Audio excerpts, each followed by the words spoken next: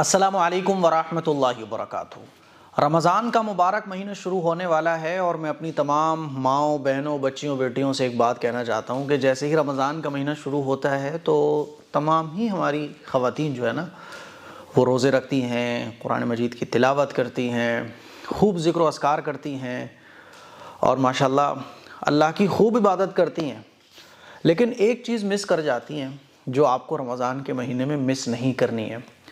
وہ آپ یہ سمجھ لو کہ علم نہیں ہوتا یا غلط فہمی ہوتی ہے نا، یا بعض دفعہ سستی ہوتی ہے، کسی کو علم ہے تو وہ عمل نہیں کر پا رہا ہے۔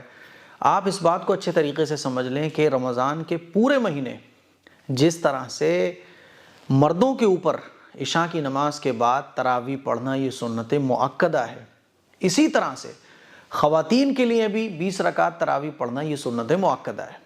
عام طور پر خواتین کیا سمجھتی ہیں کہ تراویح مردوں کے اوپر، تو مرد حضرات تو تراویح پڑھنے مسجد آ جاتے ہیں، خواتین جو ہے نا یا تو آرام کر رہی ہوتی ہیں یا کھانے پکانے میں مشغول ہوتی ہیں یا کوئی اور عبادت کے کام میں مشغول ہو جاتی ہیں۔ وہ یہ سوچتی ہیں کہ تراویح یعنی مردوں کے اوپر ہے بس۔ تو خوب اچھے طریقے سے اس مسئلے کو اچھے طریقے سے ابھی سمجھ لیں آپ، ایسا نہ ہو کہ رمضان کا مہینہ شروع ہو جائے اور آپ کو بعد میں پتہ چلے۔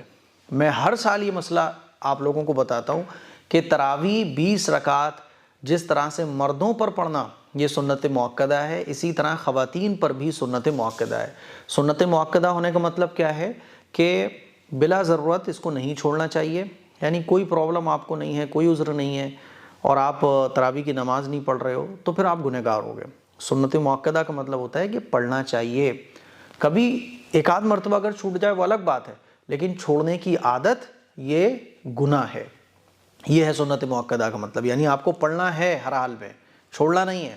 کبھی اگر کوئی پرابلم آ جائے تو چھوڑ سکتے ہیں، تب گناہ نہیں ہے، لیکن چھوڑنے کی عادت نہیں بنانا چاہیے۔ یہ نہیں کہ صاحب ہفتے میں پورے ہفتے آپ تراویح نہیں پڑھ رہے، ایک آدھ دن پڑھ لی، کبھی کبھار چھوٹ جائے وہ الگ مسئلہ ہے۔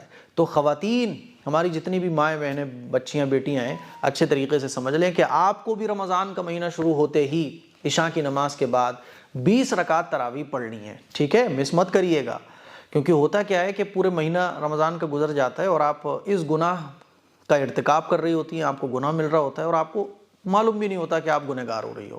تو 20 رکعت تراویح پڑھیں۔